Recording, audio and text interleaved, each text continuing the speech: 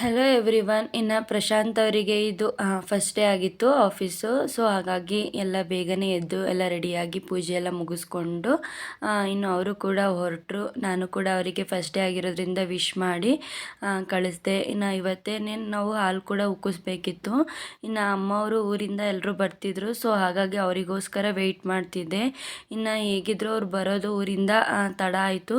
So ಇನ್ನು ಮಧ್ಯಾಹ್ನ time ಉಕ್ಸೋದು ಒಳ್ಳೇದಲ್ಲ ಅಂದ್ಬಿಟ್ಟು ಸಂಜೆ 6 ಗಂಟೆ ಟೈಮಿಗೆ ಉಕ್ಸೋಣ ಅಂದ್ಬಿಟ್ಟು ಮಾತಾಡ್ಕೊಂಡ್ವಿ. ಅದಾದಮೇಲೆ ಹೇಗೂ ಟೈಮ್ ಇದೆಯಲ್ಲ ಅಂದ್ಬಿಟ್ಟು ಅಮ್ಮ ಅವರು ಕೂಡ ಬೆಂಗಳೂರಿಗೆ ಫಸ್ಟ್ ಟೈಮ್ ಬಂದಿದ್ದರಿಂದ ಸ್ವಲ್ಪ ಶಾಪಿಂಗ್ ಎಲ್ಲ ಮಾಡ್ಕೊಂಡು ಬರೋಣ ಅಂದ್ಬಿಟ್ಟು ಕರ್ಕೊಂಡು ಹೋಗಿದೆ. ಹಾಗೆ ಬಟ್ಟೆ ಎಲ್ಲ ತೊಗೋಬೇಕಿತ್ತು, ಸ್ಯಾರಿಗಳನ್ನ. ಅದಕ್ಕೆ ಸ್ಯಾರಿ ಎಲ್ಲ ತೊಗೊಂಡಾದ್ಮೇಲೆ ಮನೆಗೆ ಬಂದು ಪೂಜೆ ಎಲ್ಲ ಮಾಡೋದಕ್ಕೆ ತಯಾರಿ ಮಾಡಿಕೊಂಡು ಇನ್ನು ಹಾಲು ಕೂಡ ನೀಟಾಗಿ ಉಕ್ಕಿಸಿದ್ವಿ. ತುಂಬಾ ಖುಷಿಯಾಯಿತು. ಈ ಮನೇಲೂ ಕೂಡ ನಮಗೆಲ್ಲ ಒಳ್ಳೆಯದಾಗಲಿ ಅಂತ ನೀವು ಕೂಡ ವಿಶ್ ಮಾಡಿ. Thank you all.